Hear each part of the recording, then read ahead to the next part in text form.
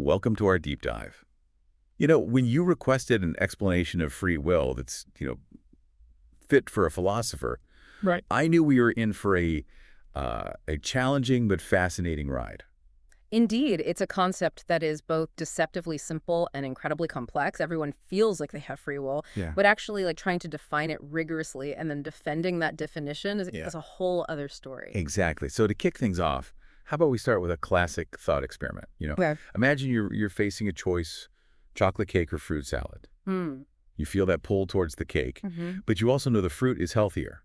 Which one did you choose, and what makes that choice free? That's a great way to illustrate the key questions surrounding free will. Hmm. So, philosophically, free will signifies a significant kind of control over one's actions. Okay. It's not just about making a choice, but it's about the nature of that choice. Right. Did you could have chosen differently, or was your decision predetermined by your desires, your beliefs, or even something as fundamental as your brain chemistry?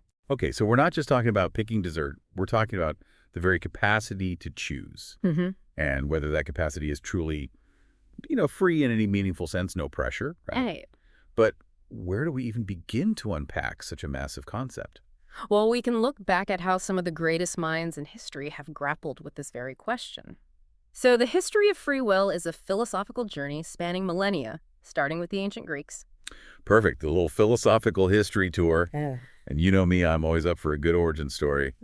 Who better to kick things off than the legendary Plato? Plato saw free will as a kind of self-mastery, the triumph of reason over desire. Oh. He believed our souls have a rational part and an appetitive part, constantly vying for control. Right. And achieving true freedom for Plato meant using reason to guide our actions towards the good, Yeah. resisting those tempting but potentially harmful desires. So it's like that angel and devil on your shoulder, but a togus in true freedom means letting the rational angel win even if the devil is offering chocolate cake. It's definitely an idea that resonates with our everyday experience of inner conflict. Precisely, it highlights that internal struggle between what we want to do and what we think we should do. But then Plato's student Aristotle, he took a slightly different approach. Yeah. He focused on the idea that we are fathers of our actions. Our choices, he argued, shape our character over time. So with Aristotle, it's less about wrestling with desires and more about the cumulative impact of our decisions. Like each choice is a brushstroke, and over time they create the masterpiece of our character. But doesn't that raise a question if our character is shaped by past choices? Who was responsible for those choices? It seems like we're stuck in an infinite loop. That's a very astute observation, and it's a challenge that has echoed through centuries of debate on free will. Right. Aristotle didn't provide a definitive answer, Yeah. but he did emphasize the importance of habituation by making virtuous choices repeatedly. We develop a virtuous character, making it easier to make those choices in the future. So it's like building a muscle. The more we exercise our capacity for good choices, the stronger it becomes. That makes sense. But it doesn't quite solve the puzzle of where those initial choices come from. And speaking of puzzles, I've always found the Stoics' take on free will particularly intriguing. Uh-huh. They believed that even if our actions are determined, they're still up to us in a certain sense. Yeah. How does that work? It sounds like a contradiction.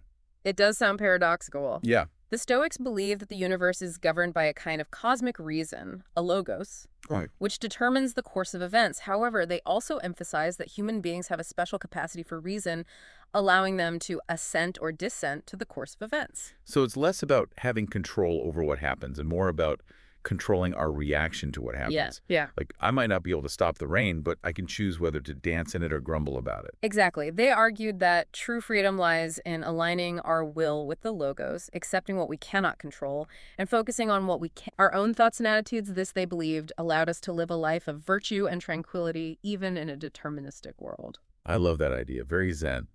But it does raise the question, is simply accepting things the same as truly choosing them? And speaking of choice, can we talk about the Epicureans?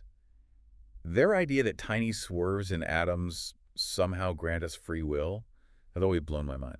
The Epicureans were materialists, believing that everything, including our souls, is composed of atoms. Okay. They recognized that a strictly deterministic view of atoms would leave no room for free will to reconcile this. They introduced the concept of an atomic swerve, Okay. a tiny random deviation in the movement of atoms. So our free will hangs on these microscopic random events. I can see why people found that both intriguing and a bit hard to swallow. It's like saying, oh, I chose the cake because a bunch of atoms in my brain randomly decided to zig instead of zag. Yes, it's a rather unconventional explanation. However, the Epicureans argued that these swerves introduce a degree of indeterminacy into the universe, breaking the rigid chain of cause and effect and allowing for a genuine element of chance in human decision-making. I appreciate their creativity. It's like they were trying to sneak some wiggle room into a universe that seemed otherwise set in stone. Right. But then we move into the medieval period, things take a more theological turn. Mm-hmm. Can you tell us about Augustine and his struggle with the concept of free will in the context of God's power? Augustine is a fascinating figure in the free will debate. Yeah. Grappling with the problem of evil in a world supposedly created by an all-powerful, benevolent God, if God knows everything and controls everything, how can humans be truly free and responsible for their actions? Right. If God's already written the script, are we just actors playing out our predetermined roles? Didn't Augustine also wrestle with the idea that if we do have genuine free will, wouldn't that make God responsible for the bad choices we make? Yes, Augustine spent years wrestling with this dilemma. Ultimately, he argued that God created humans with free will, but that this freedom became corrupted after the fall of man. He believed that we retain a capacity for choice, but that our will is now weakened and prone to choosing sin over good. So it's like we have free will, but with a built-in bias towards bad decisions, and our true freedom comes from aligning our will with God's will, which is always directed towards the good. That's a good summation of Augustine's complex view. He believed that true freedom lies not just in the capacity to choose, but in the ability to choose, rightly guided by divine grace. This introduced a distinction between free will in a purely libertarian sense, the ability to choose anything, and true freedom, which is choosing what is ultimately good for us. I see it's less about having unlimited options and more about choosing wisely, even if those choices are constrained by our fallen nature. And speaking of constraints, how does Aquinas, the great synthesizer of Aristotle and Christianity, fit into all of this? Aquinas, like Aristotle, believed that our actions shape our character. Okay. However, he also emphasized the crucial role of intellect and will in decision-making. For Aquinas, free will isn't just about acting on desires, it's about understanding and choosing between different options.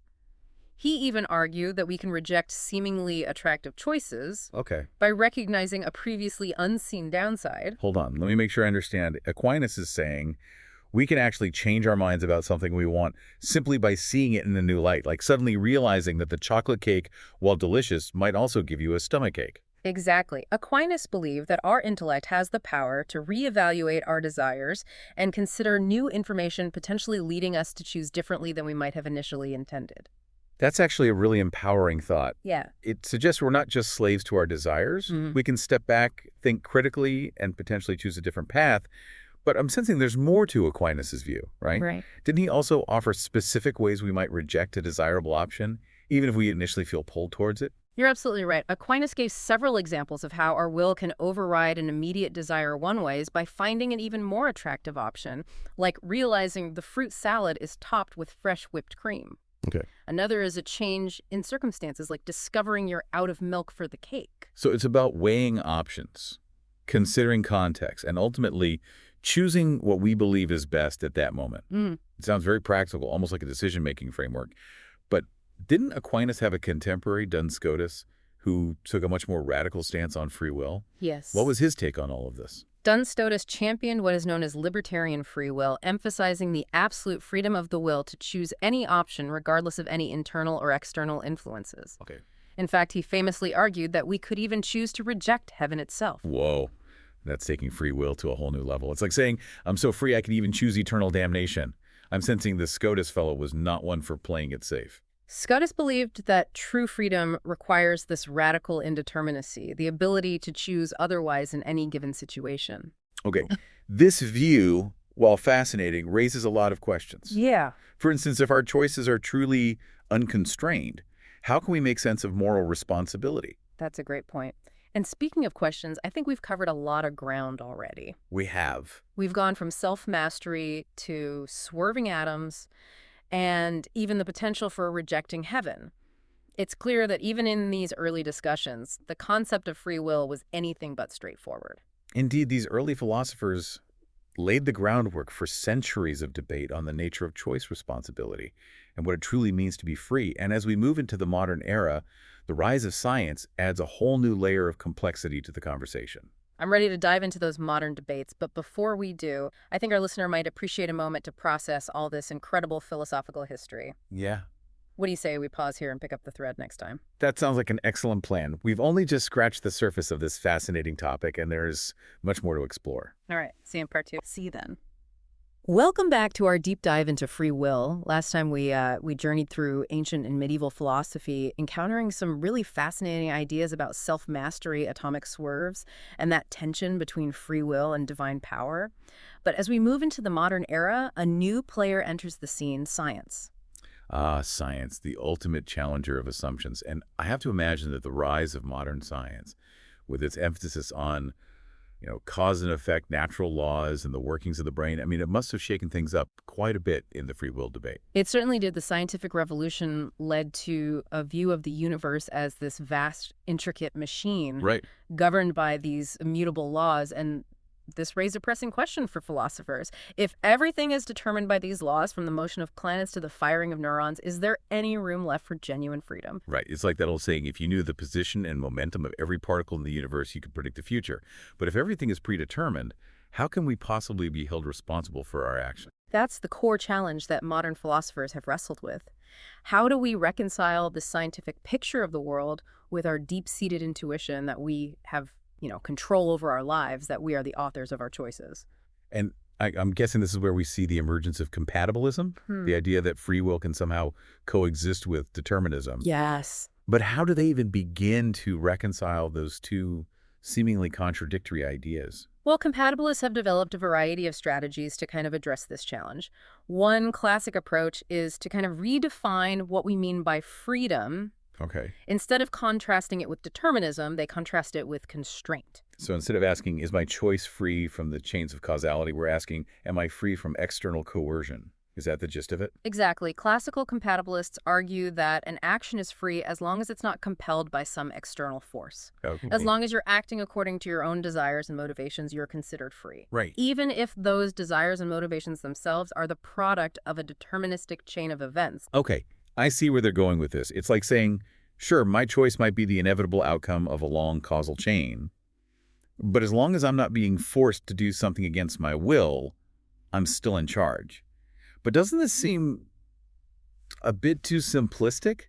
Well, Doesn't it ignore the possibility that our desires themselves could be manipulated or predetermined? that's a very insightful criticism, and it's one that has led to more sophisticated compatibilist accounts. Okay. One such account is known as the categorical analysis of ability. Okay, categorical analysis. It sounds a bit technical. Can you break that down for us? Essentially, it says that you have the ability to do otherwise only if it was possible for you to have chosen differently, Okay. holding fixed everything about you and the world up to that moment. So it's like rewinding the universe to the exact moment of a choice and seeing if, given the same circumstances and the same state of mind, you could have made a different decision. Precisely. But here's the catch. If the universe is truly deterministic, then rewinding and replaying it would always lead to the same outcome. And that means, according to this categorical analysis, we don't actually have the freedom to do otherwise. Right. It seems like a dead end for compatibilism. It does, doesn't it? It seems like we've hit a wall. Yeah. If our choices are just playing out like a pre-recorded movie, how can we possibly be free? But I'm guessing compatibilists didn't just give up at this point. No, they did not. Did they find a way to push back against this seemingly fatal objection? They did, and this is where things get really fascinating. Okay. One of the most ingenious responses to this challenge came from a philosopher named Harry Frankfurt. He developed a series of thought experiments known as Frankfurt-style cases Okay. to demonstrate that moral responsibility doesn't necessarily require the ability to do otherwise. Now, that's a bold claim. How can you be responsible for something if you couldn't have done anything differently? It seems like you're either free to choose or you're not. There's no middle ground. That's what makes Frankfurt's examples so thought-provoking. Yeah. They challenge our intuitive understanding of free will. Okay. So here's a classic Frankfurt-style case. Okay. Imagine a neuroscientist who has the ability to monitor and control a person's brain activity. Let's call this person Jones. Okay, Joe. The neuroscientist decides to target Jones, Oh, who is about to vote in an election. okay. I'm already getting a bit creeped out. What's this neuroscientist up to? The neuroscientist wants Jones to vote for a particular candidate. Okay. They've set up a system that allows them to intervene in Jones's brain and force him to make that choice. However, there's a twist. Okay. So, They only intervene if Jones is about to vote for the wrong candidate, if Jones, on his own, decides to vote for the candidate. The neuroscientist prefers they do nothing. who's like a puppet master who's ready to pull the strings, but only if the puppet goes off script. Exactly. Now, let's say Jones ends up voting for the neuroscientist's preferred candidate. But here's the question. Did Jones act freely? Was he morally responsible for his vote? Well, this is a real head scratcher. On the one hand, he couldn't have voted differently because the neuroscientist was there to ensure it. But on the other hand, he genuinely wanted to vote for that candidate anyway. So Yeah. the neuroscientist didn't actually have to intervene. Right. It seems like he's both responsible and not responsible at the same time. That's the paradox Frankfurt wanted to highlight. He argues that in this scenario, Jones is still morally responsible for his vote, even though he couldn't have done otherwise, Okay. because the action ultimately stemmed from his own desires and beliefs, not from the neuroscientist's manipulation. So it's like saying that the neuroscientist's control was just a potential threat, a lurking possibility, Yeah, but it didn't actually determine the outcome. precisely. And this raises a crucial distinction. Perhaps what truly matters for free will isn't the ability to do otherwise, but rather the source of our actions. It's about whether our actions flow authentically from who we are, from our own internal springs of motivation. Okay, I'm starting to see where compatibilists are going with this. Instead of focusing on alternative possibilities, they're shifting the focus to the internal coherence of our choices. Yeah. But doesn't this just raise a whole new set of problems if it all comes down to sourcehood? How do we even define that? And couldn't someone's sourcehood itself be manipulated or predetermined? You've hit upon some of the most challenging and hotly debated aspects of this debate. Right. Compatibilists have offered various models of sourcehood, each with its own strengths and weaknesses. And as you rightly point out, the question of whether sourcehood itself can be manipulated is central to the ongoing conversation about free will. This is getting really deep. Mm. It seems like every answer just leads to more questions. I'm eager to dive into these different models of sourcehood and explore those deeper implications. But before we do, I think our listener deserves a moment to ponder these intriguing Frankfurt-style cases and their implications. Indeed, those scenarios really force us to reconsider our assumptions about freedom and responsibility. And in our next segment, we'll delve into those compatibilist models of sourcehood and see how they attempt to address the persistent challenges to free will. All right, we're back and ready to tackle those compatibilist models of sourcehood. You mentioned, it seems like they're trying to shift the focus from having multiple options to, whether our actions genuinely stem from who we are. But I have to admit, the more we delve into this free will debate, the more nuanced and complex it becomes. It's true the concept of sourcehood itself is a bit slippery. How do we determine what counts as a genuine source of action, and how can we be sure that even our deepest motivations haven't been subtly shaped by forces beyond our control? Exactly. And you mentioned that there are different models of sourcehood within compatibilism. Can we break down some of those models and see how they try to answer these tricky questions? Absolutely. Two prominent models are reasons, responsiveness, and identification. Huh. So reasons responsiveness focuses on the idea that a free action is one that is appropriately responsive to reasons. So it's not just about acting on a whim, but about our choices being grounded in reasons that we recognize as valid. Like if I choose the fruit salad over the chocolate cake because I know it's healthier and I value my health, that would be a reasons responsive choice.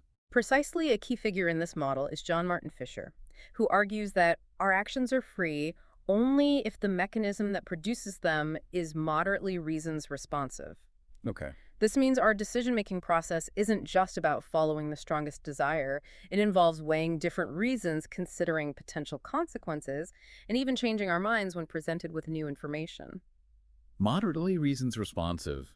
It sounds like a delicate balance, but I like the idea that it incorporates a degree of rationality and flexibility into our decision-making. Mm. It suggests we're not just slaves to our impulses. But doesn't this raise a question, what about cases where our reasons responsive mechanism is itself impaired, like in the example of the agoraphobic we discussed earlier? That's a great point. Fisher argues that in such cases, the phobia is essentially hijacking the reasons responsive mechanism. Okay. It's preventing the individual from acting in accordance with what they might otherwise recognize as good reasons to go outside. So it's like their fear is distorting their perception of what counts as a good reason, even if they consciously desire to overcome their phobia. Exactly, and this highlights a key aspect of reasons responsiveness.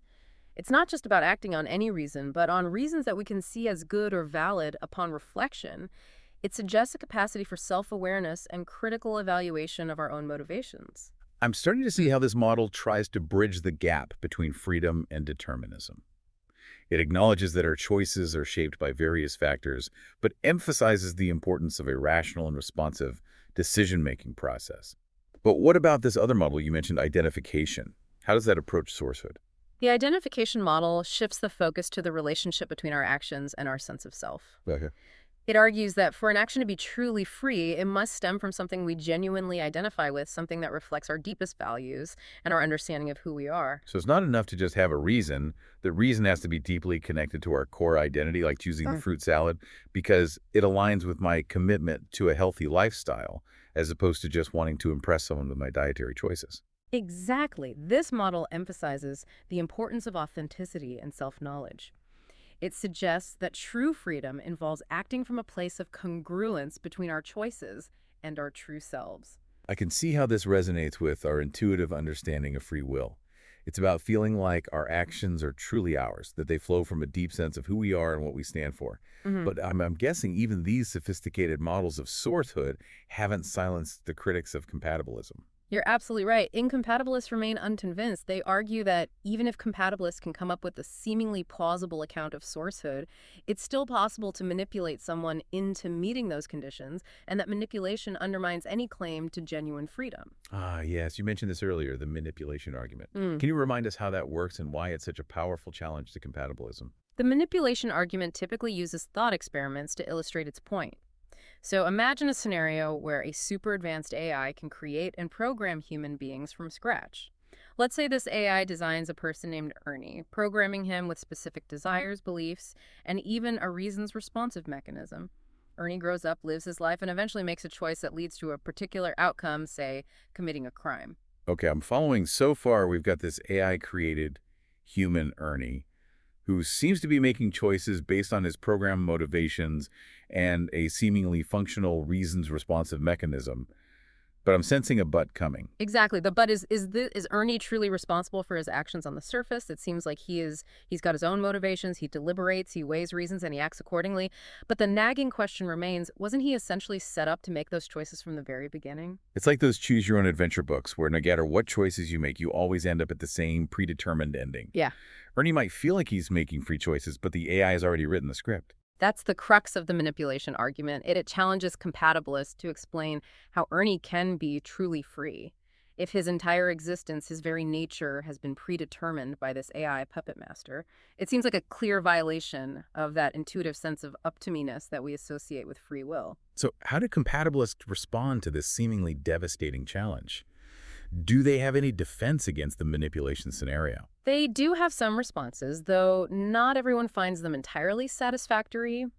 Some compatibilists take a soft-line approach, arguing that there's a relevant difference between manipulated agents like Ernie and ordinary humans.